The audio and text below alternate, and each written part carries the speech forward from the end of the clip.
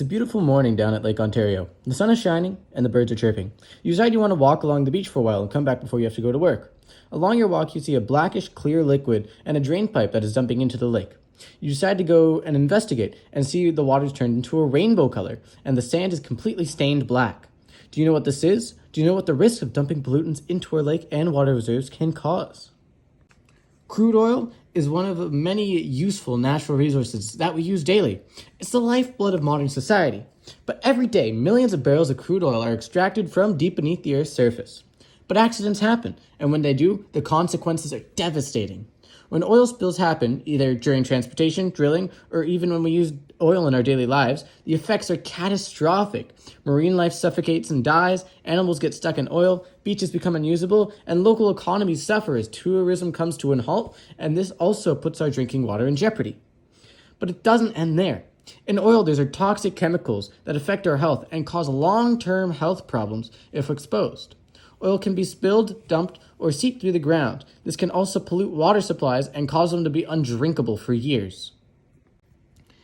In Ontario, there's been many oil spills, either intentional or not intentional. Suncor Energy Inc., for one, dumps unused crude oil into a dump that again gets washed to the nearest water source, which is Lake Ontario.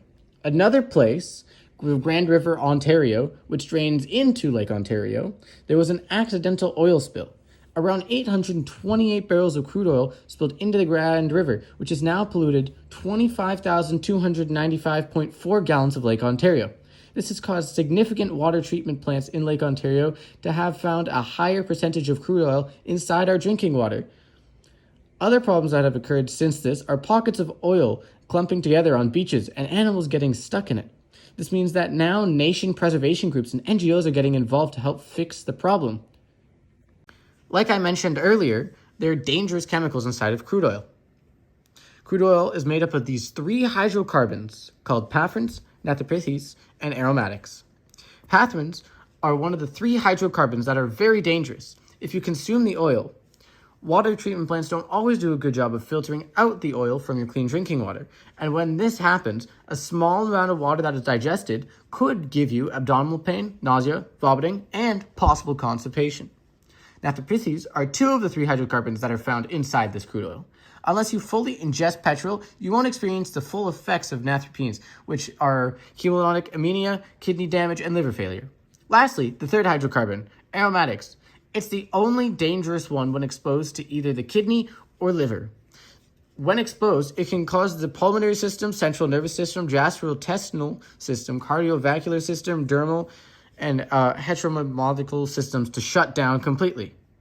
Finally, if you would like to help, head over to Google and then type in exactly https:// and then www.pollutionprobe.org. Head to their homepage. Scroll all the way down and go to support our work or contact us. You can either make a donation or you can go to other ways to give and you can click out of one of these 6 options. It's understandable that donating a car is very unreasonable, but the environmental protection team is great. You can make either a secure donation or you can call them to help out.